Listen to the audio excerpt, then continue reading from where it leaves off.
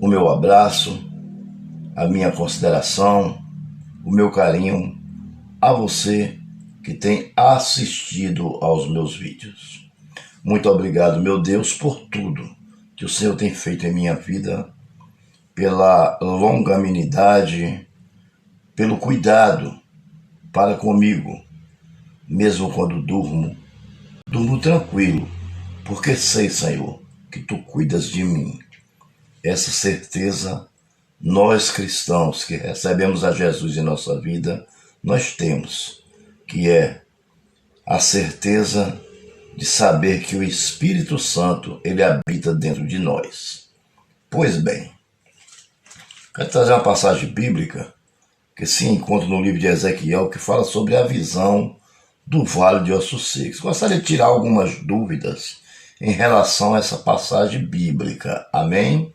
Nós vamos ler de versículo em versículo e nós vamos tirando as dúvidas de acordo com aquilo que o Espírito Santo ir colocando em nosso coração. Nós temos certeza que o Espírito Santo, o que ele nos dá é verdadeiro. Diz assim a palavra do Senhor: veio sobre mim a mão do Senhor, e ele me levou pelo Espírito do Senhor e me deixou no meio de um vale que estava cheio de ossos. Preste bem atenção nessa passagem bíblica, no primeiro versículo. O Senhor Jesus Cristo veio a Ezequiel, pegou Ezequiel em espírito e levou até um lugar. Esse lugar era um vale, e esse vale estava cheio de ossos secos. Preste bem atenção. A primeira coisa que nós precisamos entender nessa passagem bíblica é que ela não é literal. O que é literal? Ou seja, não é uma coisa que aconteceu. Como, por exemplo, eu estou pregando para você aqui agora, e isso vai ficar registrado, e você vai saber que realmente isso um dia aconteceu comigo. Eu estava dentro do meu quarto, de frente para meu guarda-roupa, pelo meu celular, pregando a palavra do Senhor a você. Então, isso é literal. Você sair da sua casa, escovar seus dentes, tomar café e trabalhar, voltar para casa, isso é literal, porque aconteceu em sua vida. Você entendeu? Então, se você sair de casa e ir a um culto, assistir um culto, e você voltou para sua casa e vai dormir, é literal. Por quê? Porque verdadeiramente aconteceu. Ou seja, é um fato. É um fato. Aqui já está dizendo, o título já diz tudo. Não é um fato. Não é literal. Aqui foi uma visão que Deus deu a Ezequiel. Preste bem atenção. Ezequiel foi dormir ou estava acordado e o Senhor de repente mostra a Ezequiel uma visão de um vale de ossos secos. E na visão Ezequiel vê o Senhor pegar ele e levar até o vale, e quando ele chega lá o vale está cheio de ossos e os ossos estavam secos. Amém? Foi uma visão. Amém? É como se nós tivéssemos sonhado, porque existe a visão e existe o sonho. O sonho é uma coisa e a visão é outra. O sonho é quando você está dormindo, e a visão geralmente é você acordado ou quando você está ali naquela sonolência leve. Deus lhe mostra, entendeu? Deus lhe mostra. Então visão é uma coisa e aconteceu literalmente é outra. Amém? Então, o que Deus queria falar? O que Deus queria falar para Ezequiel? Para Ezequiel. Bom, daqui a pouco nós vamos saber o que Deus queria falar para Ezequiel. Agora, preste atenção em uma coisa importante.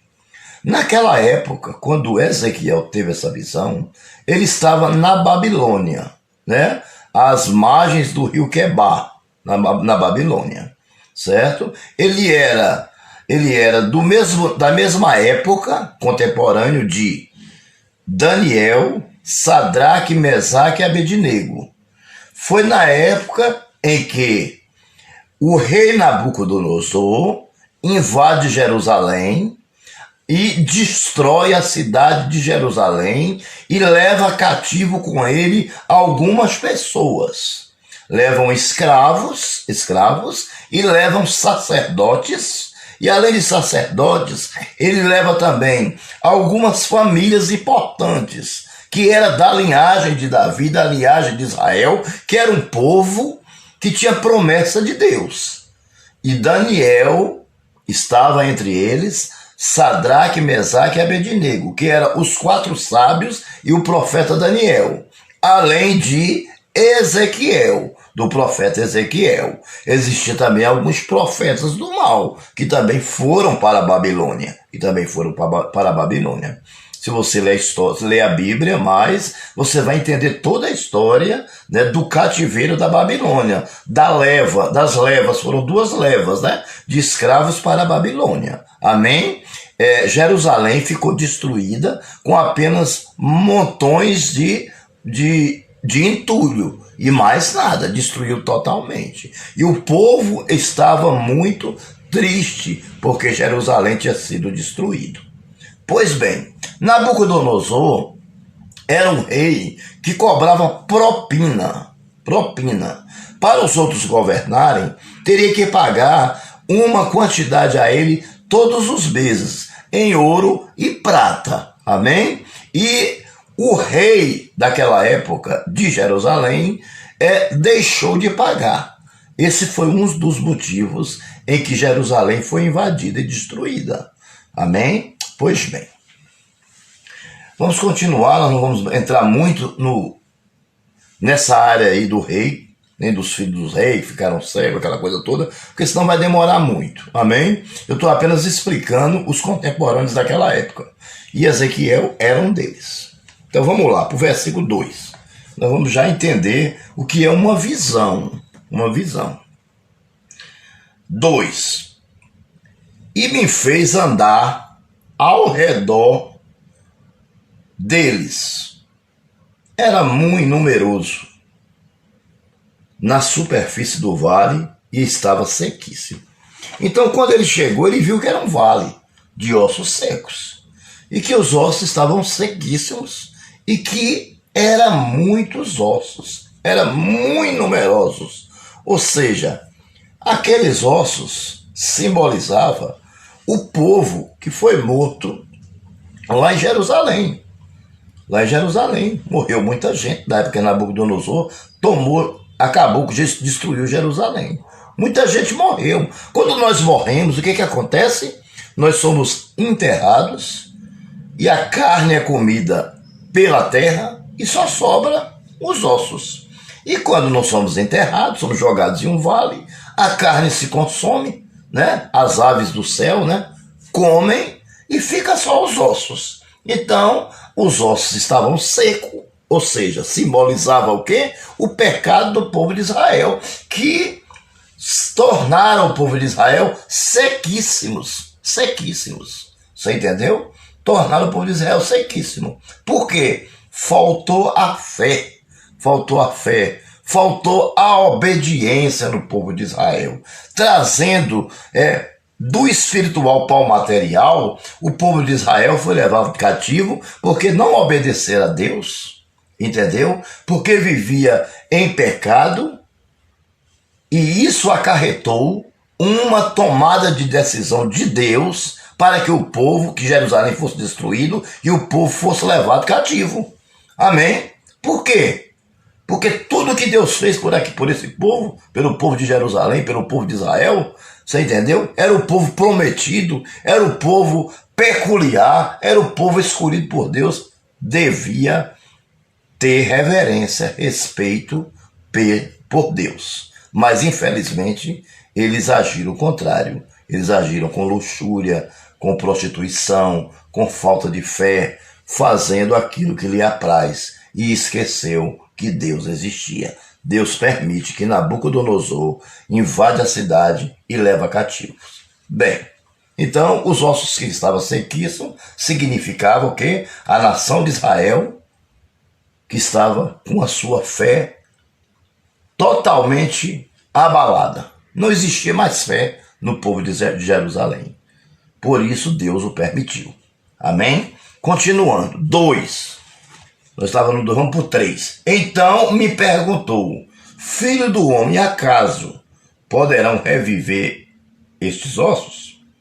Respondi: Senhor, tu sabes. Então Deus vai para o profeta e pergunta: o que é que tu acha? Tu acha que esses ossos que simboliza a nação de Israel pecaminosa, que está morta espiritualmente, tu acha que eu posso fazer eles reviver? Ou seja, Deus estava dando o quê? Uma esperança para o povo que estava na Babilônia e que sempre perguntava ao profeta: e aí, como é que vai ficar Jerusalém? Será que um dia nós vamos voltar para lá? Será que um dia nós vamos voltar à nossa terra que a gente ama tanto? Será que um dia Deus vai levantar alguém para reconstruir? Aqui estava o povo que Deus levantaria para reconstruir, não os ossos que estavam ali. Aquilo era apenas uma visão. Aqueles ossos ali não ia bater osso com osso, aquilo ali é apenas uma comparação, uma visão de que Deus levantaria alguém para reconstruir Jerusalém, não aquele povo que já estava velho na Babilônia, mas os jovens, os remanescentes, os que nasceram, que tinha 10 anos, 12, 15, e que ia voltar para Jerusalém no reinado de Ciro. Ciro foi que libertou o povo, que deu condição para que o povo fosse embora, quem quisesse voltar para Jerusalém voltasse. Foi exatamente ali que Deus começa a reconstrução. Você entendeu? Os ossos que batiam dos ossos e cada osso no seu osso. Claro que Deus pode fazer isso, mas por que Deus ia fazer isso? Se no início da criação Deus criou só um homem, e de um homem, e da costela de um homem criou uma mulher, e deles dois criou toda a geração até aquele tempo e toda a geração que tem hoje. São bilhões, trilhões de pessoas. Por que Deus ia fazer osso bater em osso e colocar carne e soprar e vir espírito? Não. Deus estava fazendo uma comparação, estava dando uma visão e fazendo uma comparação de que ele levantaria um novo exército, novos povos, novos soldados de Cristo, novos homens de coragem para reconstruir a cidade de Jerusalém. É isso, meu amado irmão, é isso. Amém?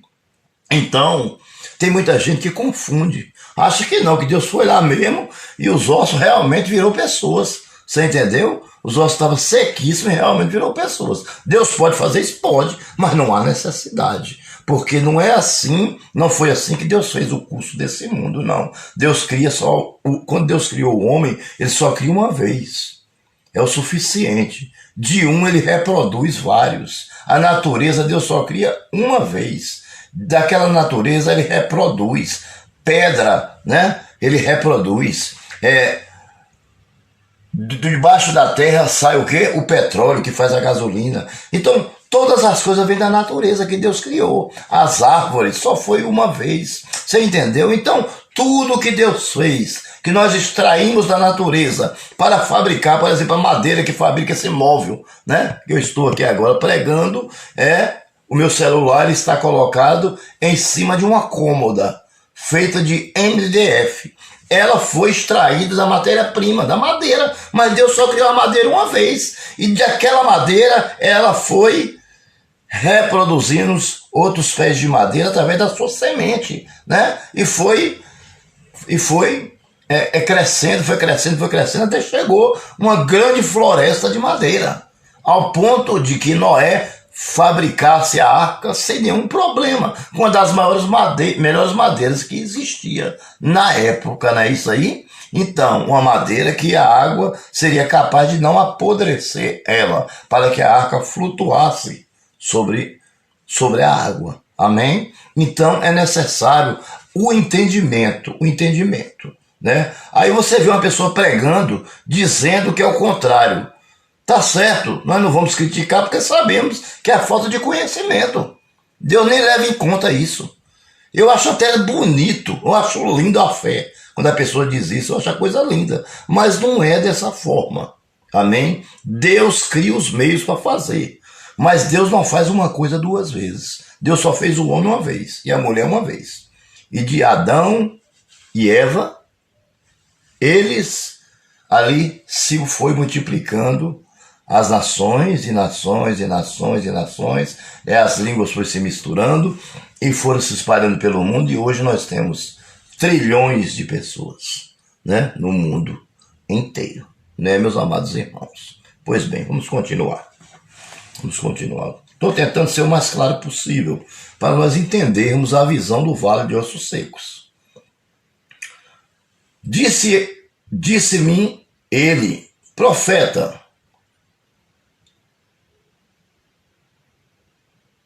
diz a esses ossos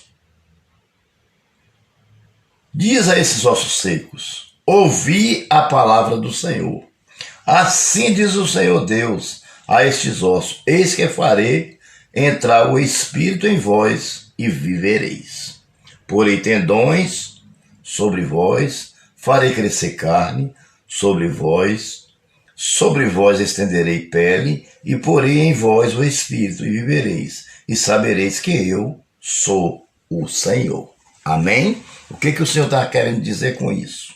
Está querendo dizer o seguinte: olha, a nação Israel foi tomada, Jerusalém foi destruída, você entendeu? Mas eu vou levantar um novo exército, um exército de homens corajosos, um exército de homens de Deus, que reconstruirão Jerusalém. Jerusalém está lá, reconstruída. Vá lá em Jerusalém hoje, que você vai ver uma cidade linda, maravilhosa, né? Por quê? Porque o Senhor permitiu que fosse reconstruída. Não foi porque o homem teve mérito de falar assim, não, eu vou reconstruir Jerusalém. Não foi isso. Isso foi uma promessa, através dessa visão que ele deu a Ezequiel. Foi uma promessa, vai lá em Jerusalém, Jerusalém está lá reconstruída. Você entendeu? Agora, se Deus falasse assim, ó, aqui nunca mais será cidade, não seria, acabou e pronto. Você entendeu? Porque a palavra de Deus não volta. Não pode ser frustrada. Os planos de Deus não podem ser frustrados. Amém? Só que Deus, ele não quer destruir. Não. O interesse de Deus é reconstruir. O interesse de Deus é reformar. Você entendeu? E não acabar com aquilo que já está quase acabado. Não é isso que Deus quer. Deus quer reconstruir, reformar, tornar novo. Amém? É por isso que ele vai fazer o quê? Um novo céu e uma nova terra. Ele vai renovar os céus e renovar a terra. Amém? Para quê? Para que nós possamos descer com ele e os anjos e reinar na terra por 1000 anos. Aí sim, nós teremos um reino onde os leões brincarão com as crianças. E etc, etc, etc. Você já sabe o resto. Você entendeu? Não precisa recitar tudo. Você sabe o resto. Né? É o reino de Deus. No reino de Deus não entra nenhum mal. Não é verdade? Não vai ter necessidade do sol nem da lua, porque o próprio Cristo, dele emana luz. Dele emana luz. Amém? Não vai ter necessidade mais do mar. Por quê? Não sei, mas pergunta para Deus. Talvez ele lhe fale. Até hoje, ele não me disse nada a respeito disso. Então também não posso lhe dizer. Eu só sei que a Bíblia diz que o mar já não existe. Né? Não haverá montanhas. Não é verdade? Então, por quê? Porque o Senhor, ele quer um reino perfeito. Ele quer um reino perfeito. Onde nenhum mal, nada contaminado pelo pecado possa penetrar. Amém? Pois bem, vamos continuar. 6, ou melhor, 7. Então profetizei segundo me for ordenado. Enquanto eu profetizava, houve um ruído, um barulho de ossos que batia contra ossos e se ajuntavam, cada um osso no seu osso. Olhei e eis que havia tendões sobre eles, e cresceram as carnes e se estendeu pele sobre eles, mas não havia neles o Espírito. Então ele me disse, profetiza ao Espírito. Espírito, ó Filho do homem, dize-me, assim diz o Senhor, Deus vem dos quatro ventos, ó Espírito, e assopra sobre estes mortos, para que vivam. Amém? Profetizei como ele me ordenara, e o Espírito entrou neles, e viveram, e puseram em pé um exército sobremodo numeroso. Amém? Então, o que o Senhor está dizendo? Que iria dar uma nova vida aos remanescentes de Israel, que iria renovar a cidade, reconstruir a cidade de Jerusalém, e que o povo comeria dos seus frutos de novo, e que o povo moraria em suas casas de novo, e que as famílias seriam felizes de novo, e que agora nem o rei destruiria mais. Amém? Então, meus amados irmãos, quando Deus fala, ele faz, mas nós não podemos confundir visão com vida real. Foi apenas uma visão para mostrar o que ia acontecer. Quando nós temos uma visão, quando a gente acorda, a gente olha e fala: Senhor, aquela visão que eu tive, me dê a interpretação. E o Senhor vai lá e dá a interpretação. Quando nós temos um sonho, que nós sabemos que é de Deus, porque nós sabemos quando o sonho é de Deus e quando não é. Não é verdade? Então o que acontece? Nós pedimos a Ele para que Ele nos dê a interpretação daquele sonho. Se for para a igreja, fale para a igreja. Se for para o pastor, fale para o pastor. Se for para você, guarde para você, a não ser que você queira comentar com a esposa sua, com uma pessoa de sua confiança. Amém? E se Deus também pedir para comentar. Se Deus disser que para não comentar com ninguém, então também não comente. Você entendeu? Agora, visão, sonho, tem que ser interpretado. E não é literal. Amém? Mas vai acontecer. Não é literal, mas vai acontecer. De uma forma diferente, mas vai. Você teve uma visão de ossos secos, mas quem vai construir são pessoas vivas. São pessoas, são remanescentes. São o que restaram. São o que sobraram. Amém? No meio daqueles vai aparecer um que Deus vai levantar, que vai ser sábio e inteligente. E vai administrar os outros para que a cidade seja reconstruída. Quando nós lemos uma parábola, parábola também não é uma verdade. Não é um fato verdadeiro. A parábola é uma comparação, é uma alegoria. Jesus contou muitas parábolas para persuadir as pessoas, para amolecer o coração das pessoas, para fazer as pessoas entender o propósito de Deus em nossas vidas. Amém? Hoje nós contamos, às vezes, uma ilustração como clímax da nossa pregação, como conclusão da nossa pregação. Nós contamos o quê? Nós contamos uma ilustração, nós chamamos de ilustração hoje, né? Porque aquela ilustração, muitas vezes, ela vai lá no profundo, e faz efeito, né? Se for uma ilustração que fala das coisas de Deus. Amém? Então é isso.